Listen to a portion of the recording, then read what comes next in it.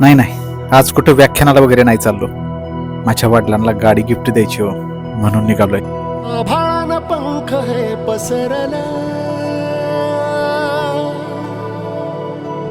सावलीचं झाड हे बहरलं.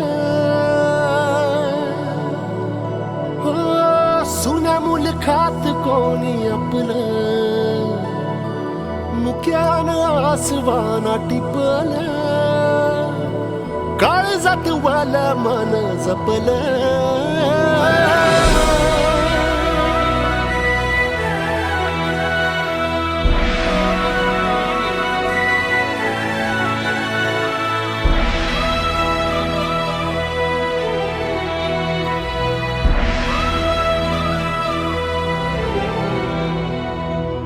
आभाळानं पंख हे पसरलं,